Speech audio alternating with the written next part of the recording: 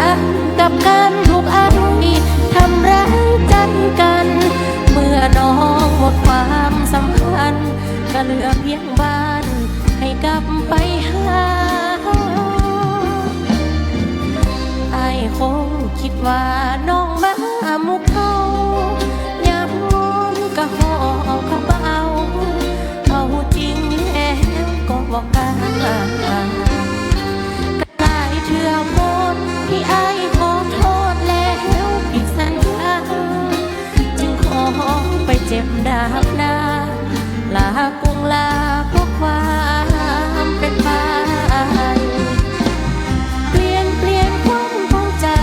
ของน้องได้บอกโทรมาง้อมาอ้อยจากหน่อยดูอ้ายบอกว่าน้องยังสำคัญเขาบอกมีกันทุกอย่างหมดความหมายตอนนี้ยังบ่สายหากเหลือเยื่อใยเปลี่ยนใจน้อง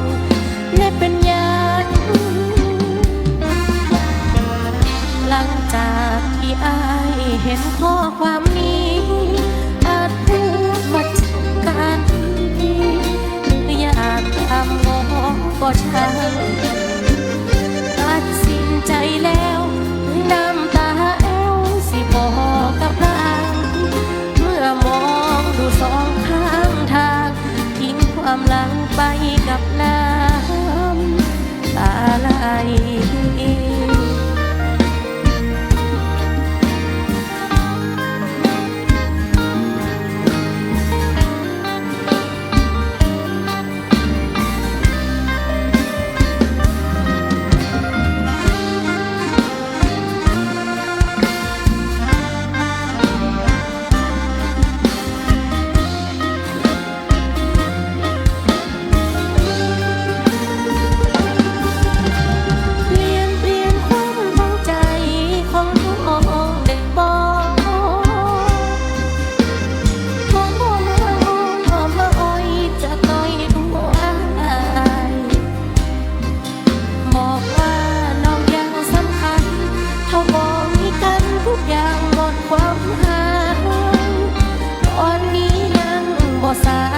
เหลือเยื่อใย